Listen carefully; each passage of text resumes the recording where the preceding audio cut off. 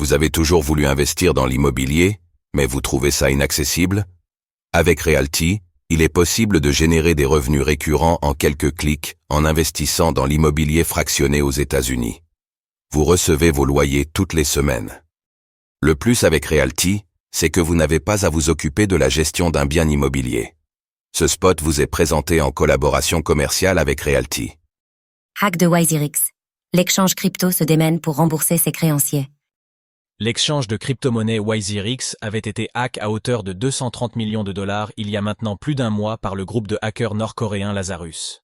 Désormais dans l'attente d'un éventuel remboursement, les créanciers de l'exchange crypto se demandent dans combien de temps ils reverront leurs fonds, et surtout sous quelle forme.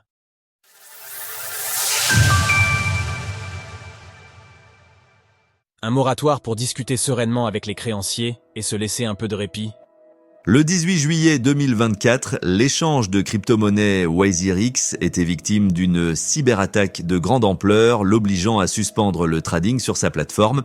En tout, plus de 230 millions de dollars, dont 102 millions de dollars en Shiba Inu, SHIB, avaient été subtilisés suite à ce hack dont le principal suspect s'avère être le groupe Lazarus, lié à la Corée du Nord. Ce mercredi, Zetaipai, une holding basée à Singapour et maison mère de WYZRX, a déposé une déclaration sous serment auprès de la Haute Cour de Singapour. La société a demandé un moratoire de 30 jours afin de discuter sereinement avec les investisseurs et les créanciers et de trouver des solutions pour l'avenir de l'échange crypto. Aussi, grâce à ce moratoire, Zetaipai s'offre également une protection contre une éventuelle action en justice intentée à son encontre. En effet, l'exchange CoinSwitch envisagerait de poursuivre l'entreprise, jugeant être lésée par cette situation. En tout, CoinSwitch veut récupérer au plus vite 9,6 millions de dollars de dépôts qu'elle a effectués sur WYZRX. Sur X, CoinSwitch n'a pas hésité à se plaindre de la situation. Depuis le jour de l'incident, nous avons essayé d'être en contact permanent avec l'équipe de WYZRX, cherchant à récupérer les fonds bloqués sur leur bourse. Cependant, nos efforts n'ont pas porté leurs fruits, nous ne laissant d'autre choix que d'engager une action en justice pour récupérer les fonds. WYZRX veut rembourser ses créanciers et présente son plan de restructuration. À l'heure actuelle, les retraits sont toujours suspendus sur la plateforme et WYZRX assure qu'elle s'efforce de restaurer les fonds de ses utilisateurs. La firme a même fait appel à des conseillers financiers et juridiques pour l'aiguiller et le cofondateur de WYZRX, Nishal Shetty, a présenté le plan de restructuration imaginé par l'exchange crypto.